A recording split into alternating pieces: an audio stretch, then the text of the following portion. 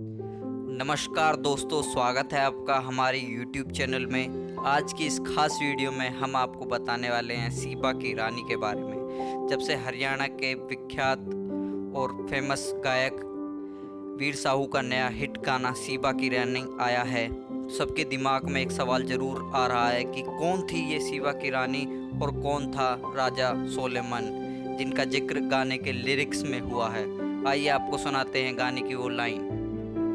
सीबा की रानी दिखे, खेती में के पानी दिखे, आँखों में शैतानी दिखे, हुस्न ईरानी दिखे, सोलेमान वर्गा छोरा देख होई दीवानी दिखे, सूरज के आगे सूखती सुनामी दिखे, सीबा की तो रानी दिखे। आइए आपको बताते हैं कौन थी सीबा की रानी। हजारों वर्षों से सीबा की रानी का अस्तित्व रहस्य के घेरे में रहा है। इसका जिक्र बाइबल के ओल्ड टेस्टामेंट में राजाओं की पृथक पुस्तक में किया गया है। इस पुस्तक के अनुसार ईसा से लगभग 1000 वर्ष पहले सीबा की रानी राजा सोलोमन से मिलने इजराइल आई थी और अपने साथ ढेर सारे कीमती उपहार, जिसमें उच्च गुणवत्ता युक्त स्वर्ण से बने हुए उपहार, ऊंट के काफिलों पर लदे सैकड़ों अमृतपान से भरे हुए तरह तरह के मसाले और कई कीमती व दुर्लभ रत्न भरे पड़े थे, वो अपने साथ लेकर आई। सोलोमन की ख्याति अब तक एक बुद्धिमान और प्रतापी सम्राट के रूप में विश्व में दूर दूर तक फैल चुकी थी। कहा जाता है कि सोलोमन को ईश्वर का आशीर्वाद और देवताओं का सानिध्य प्राप्त था। एक बार एक संत ने सोलोमन की परीक्षा लेनी चाहिए।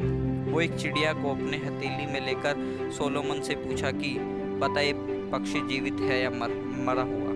सोलोमन ने तुरंत उत्तर दिया कि आप पर निर्भर करता है कि वो पक्षी जीवित है या मरा हुआ। उसके उत्तर से प्रसन्न होकर वो संत उसे आशीर्वाद देकर चला गया। लेकिन सीबा की रानी को इन सब कहानियों पर विश्वास नहीं था। वो सोलोमन की परीक्षा लेना चाहती थी। अपनी मुलाकात में सीबा की रानी ने सोलोमन से कई दृढ़ प्रश्न किए। सोलोमन ने सभी प्रश्नों का संतुष्टिजनक उत्तर दिया। सीबा ने प्रसन्न होकर सारे उपहार सोलोमन को दिए। सोलोमन ने भी सीबा की राजसी अवगत की और ढेर सारे उपहार दिए। उसके बाद सीबा की रानी अपने रहस्यमय साम्राज्य सीबा की ओर लौट गई। बाइबल की सेकंड बुक ऑफ क्रॉनिकल्स में भी इस घटना का थोड़े बहुत परिवर्तन के साथ दोहराया गया है। यहाँ तक कि यीशु ने भी कहा कि अरेबिया के दक्षिणी भाग से वो रानी सोलोमन का ज्ञान सुनने आई थी। सीबा पूरा व्यक्तित्व रहस्य में है। सीबा बुद्धिमान और सुंदर तो थी ही, लेकिन कहीं कहीं उसे जादूगरनी या ऐसी रानी के रूप में जो कि किसी को भी अपने रूप सौंदर्य से लुभाकर अपने वश में कर सकती थी, ऐसा चित्रित किया गया है। कहा जाता है कि सीबा की रानी के पैरों पर काफ़ी बाल थे। सोलोमन ने भी सीबा की रानी के बारे में ये बातें सुन रखी थी। उसने इस बात की परीक्षा लेने की सोची। सोलोमन के आलीशान महल में एक ऐसी जगह थी जिस पर फर्श पर विचित्र तरह के कांच जड़े हुए थे, जिससे ऐसा आभास होता था मानो फर्श पर चारों तरफ पानी बिखरा पड़ा हो। सोलोमन रानी सीबा की आवागमन के दौरान उसे उस कमरे में भी ले गया। वहाँ रानी ठिठक गई और उसने पानी से भीगने से बचने के लिए अपनी लंबी स्कर्ट को थोड़ा ऊपर उठाया और सोलोमन ने देखा कि रानी के पैरों पर वास्तव में बाल थे। अब तक सोलोमन, जिसने सीबा से विवाह करने का लगभग मन बना लिया था, अपने मन से सीबा से वह ब्याह करने का विचार निकाल चुका था।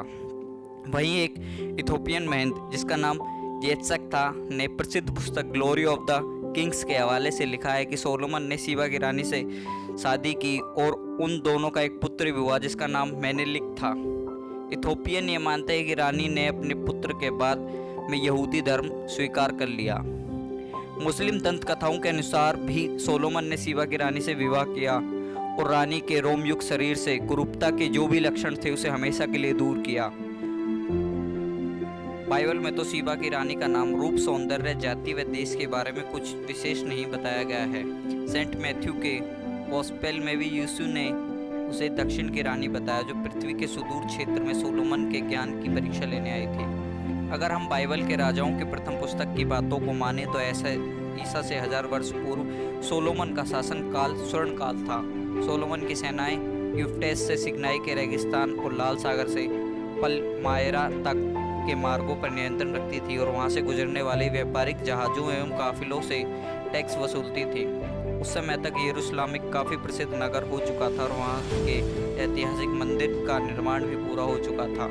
सीबा की रानी और सोलोमन की इस मुलाकात से ऐसा प्रतीत होता है कि सीबा अपने साम्राज्य से भूमध्य सागर के मार्ग द्वारा होने वाले व्यापार के लिए इजराइल के बंदरगाहों का उपयोग करना चाहती थी, जिससे कि उसके साम्राज्य से प्रतापी सोलोमन के साम्राज्य का व्यापारिक संबंध जुड़ सके। लेकिन इसके कोई पुख्ता प्रमाण नहीं मिलते हैं। एक फ्रांसीसी लेखक गेरार्ड द नेरवल ने सीबा की रानी को बाल्किस नाम दिया और उसने अपनी कृति वॉयेज एन ओरिएंट में उसका सुबह की रानी के रूप में वर्णन किया है। सीबा का साम्राज्य धरती पर कहाँ था, ये अभी तक एक पहेली बना हुआ है, लेकिन अधिकतर विद्वान इस बात पर सहमत हैं कि दक्षिणी अरेबिया में मारिब के मरुस्थल के पास ही कहीं एक हरे भरे और खूबसूरत स्थान पर सीबा का साम्राज्य था। किसी समय के साबियन साम्राज्य की राजधानी मारिब आज यमन का एक खूबसूरत और ऐतिहासिक शहर है। कुछ प्राचीन रचनाओं में सीबा की राजधानी लाल सागर के किनारे पर स्थित एक प्राचीन अरबी नगर में थी। बुक ऑफ इज़किल बताती है कि सीबा के साम्राज्य में अद्वितीय मसालों, दुर्लभ रत्नों और सोने का व्यापार होता था। कहा जाता है कि सीबा के 12 भाई थे। उस समय एक क्षेत्र में राजाओं द्वारा अपने नाम पर राज्य का नाम रख दिया जाता था। प्राचीन लेख बताते हैं कि जिस तरह से सीबा के 2 भाइयों ओफिर और हबीला ने अपने नाम पर अपने राज्यों का नाम रखा, उसी तरह से सीबा ने भी अपने साम्राज्य का नाम अपने नाम पर रखा। यहाँ पर भी यह महत्वपूर्ण है कि सीबा के भाई और उनका साम्राज्य इतिहास की अंधेरी रहस्यमयी गुफा में पूरी तरह से गुम है। उस पर भी अनुसंधान की आवश्यकता है। कहा जाता है कि उसके भाइयों की तुलना में सीबा का नगर साम्राज्य सबसे बड़ा था। सीबा के साम्राज्य की समृद्धि का मुख्य आधार वहाँ का व्यापार था। कहीं कहीं उसके नगर को 2 बागों के नाम से पुकारा गया है। कहते हैं कि इन बागों को एक बड़े बांध द्वारा पानी मिला था। आज से लगभग 2100 वर्ष पहले इतिहासकार डियोडोरस ने सीबा के साम्राज्य की चकाचौंध वाली समृद्धि का वर्णन किया था। सीबा के निवासियों को फरवरी से अगस्त सितंबर तक चलने वाली मानसूनी हवाओं का रहस्य मालूम था, जिसका उन्होंने अपनी अर्थव्यवस्था के विस्तार के लिए भरपूर फायदा उठाया। सीबा के निवासियों का दक्षिणी और पश्चिमी भारत में व्यापार होता था, मुख्य रूप से रेशमी वस्त्रों और मसालों का। वहाँ के निवासी मुख्य रूप से सूर्य, चंद्रमा और शुक्र की पूजा करते थे। उनकी शासन व्यवस्था बेबीलियन और सुमेरियन व्यवस्था से काफ़ी मिलती जुलती थी, यानी वहाँ का सम्राट ही वहाँ का मुख्य पुजारी भी हुआ करता था। यद्यपि सीबा के साम्राज्य के अस्तित्व का काल निर्धारण संदेह के घेरे में है। यद्यपि चारों ओर से रेगिस्तान से घिरा हुआ होने के बावजूद वो सुरक्षित था। सन 1934 में एक फ्रांसीसी पत्रकार आंद्रे मेलरुक्स ने दक्षिणी अरेबिया के रेगिस्तान के ऊपर अपनी हवाई यात्रा के दौरान कई 20 मीनारों के साथ मंदिर को खड़े देखा। उन्होंने इस बात की जानकारी पेरिस स्थित अपने अखबार के कार्यालय में भी भेजी, लेकिन दुर्भाग्य से उनके इस दावे को बाद में पुष्टि नहीं की जा सकी। प्राचीन इतिहास में एक चमक के साथ उभरे सीबा की रानी के साम्राज्य का अस्तित्व जितना रहस्यमय है, लगभग उतना ही रहस्यमय सीबा की रानी का सम्मोहक व्यक्तित्व भी है।